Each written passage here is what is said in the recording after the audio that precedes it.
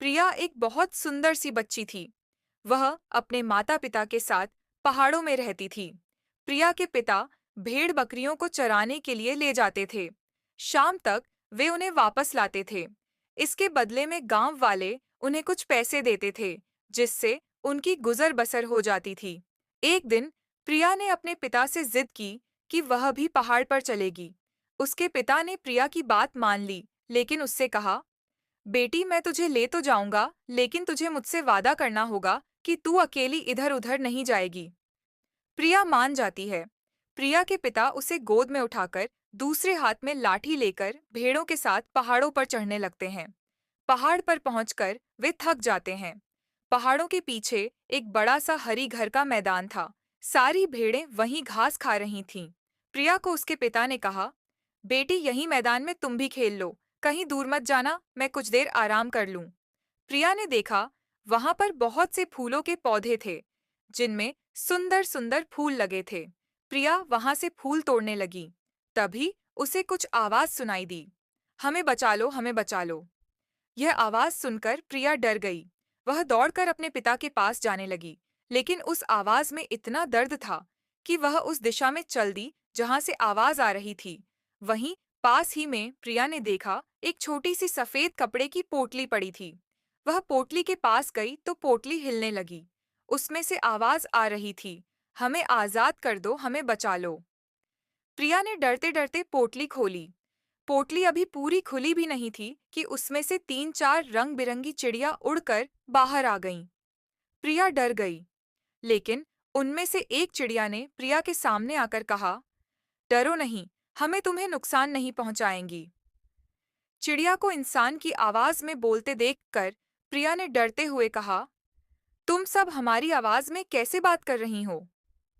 एक नीली चिड़िया ने कहा, हम दूर देश की राजकुमारियां थीं। एक जादूगर ने हमें यहाँ कैद कर रखा था। हमारे पिता से उसने हमें छोड़ने के बदले राज्य मांग लिया।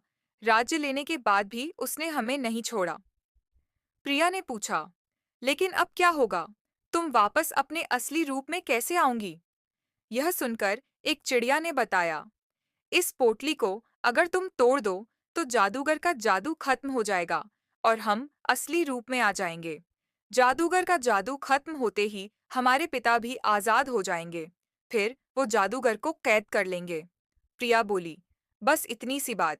यह कहकर प्रिया उस पोटली को उठाकर जोर से जमीन में मारती है। पोटली मिट्टी की थी, वह टूट जाती है। पोटली के टूटते ही चारों राजकुमारियां अपने असली रूप में आ जाती हैं। एक राजकुमारी अपना सुंदर सा मुकुट प्रिया को देती है।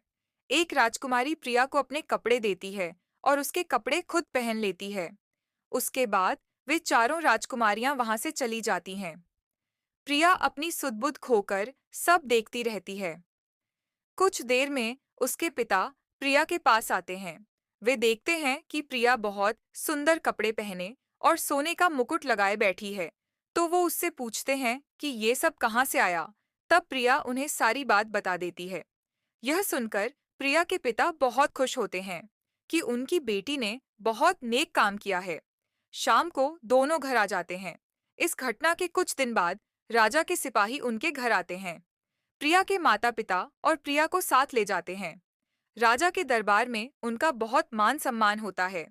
राजा उन्हें अपने राजमहल में रख लेते हैं। प्रिया अब पूरा दिन उन राजकुमारियों के साथ खेलती रहती थी, लेकिन कुछ दिन बाद प्रिया बहुत उदास रहने लगी। उसका कहीं भी मन नहीं लगता था। एक दिन राजा ने प्रिया के पिता को बुलाकर इसका राज पूछा, तो उन्होंने कहा, राजा जी, आपका महल बहुत सुंदर है, लेकिन हम लोग पहाड़ पर रहने वाले हैं। हमें यहाँ घुटन महसूस हो रही है। वहाँ टूटे घर में भी बहुत शांति थी। प्रिया भी पहाड़ों को याद करके उदास हो गई है। राजा उनकी बात समझ जाता है। वह अपने आदमियों को भेजकर प्रिया के मकान की जगह सुंदर सा मकान बनवा देता है। उसके बाद राजा बहुत सारे उपहारों के साथ उन तीनों को विदा करता है। प्रिया अपने घर पहुंचकर बहुत खुश हो जाती है।